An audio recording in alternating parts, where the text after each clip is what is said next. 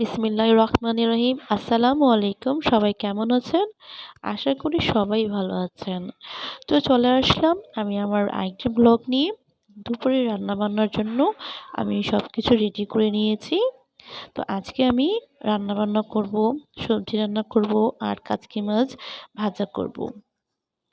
তো এখন আমি ভাত বসিয়ে দিয়েছি এক চুলায়, আর এক চুলায় আমি ঝিঙ্গা ভাজি করব। সেজন্য আমি তেল তে পেঁয়াজগুলো দিয়ে দিলাম, আর সাথে লবণ দিয়ে দিয়েছি স্বাদ মতো। এখন আমি সাদা ভাজি করব, সেজন্য কোনো রকমের মশলা অ্যাড করব না। তো এইগুলো দিয়ে ভালো করে নেড়ে চেড়ে নিচ্ছি।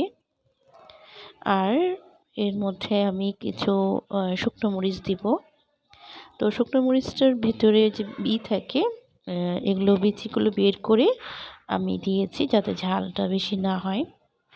অনেকে আবার কাঁচামরিচও দিতে মানে দেয়, তো আপনাদের ইচ্ছা মতো আপনারা দিতে পারেন, কোনো সমস্যা নাই। তো আমি এখানে ঝিঙ্গাগুলো সুন্দর করে দিয়ে দিলাম। আর হচ্ছে যে যেহেতু ঝিঙ্গা ভাজি তো খুব নরম হয়, যেভাবে কাটলে এটা গলে যায়। তো এখানে অন্য পাশে আমি সবজির জন্য সব রেডি করে নিয়েছি। এখানে আমি একটু চাইনিজ টাইপের সবজি রান্না করব। সেজন্য এখানে আমি পেঁপে নিয়েছি একটা ছোট সাইজের, আর গাজর দিয়েছি 4টা, আর সাথে ফুলকপি নিয়েছি। তো এখানে আমি এক সাইডে আমার সব সবজিগুলো কাটা হয়ে গেছে, অন্যদিকে আমার সবজিও ঝিঙে ভাজিও হয়ে গেছে। দেখতে পাচ্ছেন পানিটা অটোমেটিক এটার মধ্যে থেকে পানিগুলো বের হয়ে আসছে। আমি তো পানি এখানে দিই নেই, আর টাটকা ছিল সেজন্য। এখন বর্তমানে দেখা যাচ্ছে যে বিদেশি ফুলকপি যেগুলো দেখতে খুবই সুন্দর, হালকা ইয়েলো টাইপের বের হয়েছে।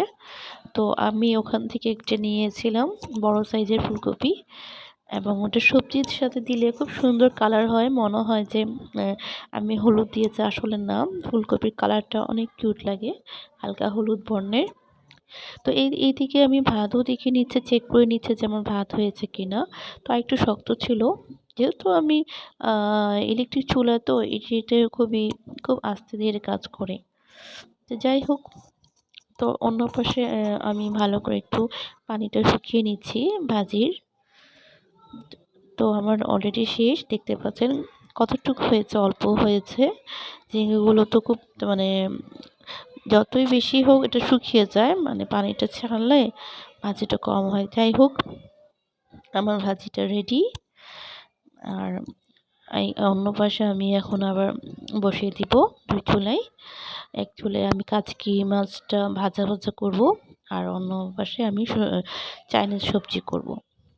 কাচকি মাছ আসলে অনেক রকমের রান্না করা যায়। তো কাচকি মাছটা আমার বাচ্চারা আবার ওই টমেটো দিয়ে ওগুলো খেতে চায় না। একটু ভাজা করে দিলে, মচমচা করলে ভাতের সাথে ওরা খুব মজা করে খেতে পারে, পছন্দ করে। সেই জন্য আমি একটু পেঁয়াজও বেশি করে দিলাম। আর হচ্ছে যে এই চুলায়ও পেঁয়াজ দিয়ে দিলাম সবজির জন্য। তো সবজিতে একটু লাল হোক, পেঁয়াজটা একটু লাল হলে আমি কাচকি মাছগুলো ছেড়ে দিয়েছি। এখন এটার মধ্যে আমি এক একটা মানে সব মশলাগুলো দিয়ে দিব।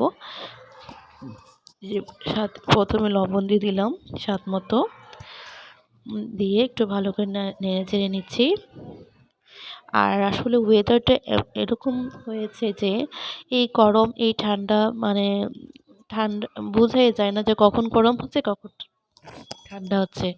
এই ওয়েদারে আসলে শরীরটাও আবার বেশ খারাপ। আমার ভালোই ঠান্ডা লেগেছে একদম। ঠান্ডাটা সহজেই যাচ্ছে না।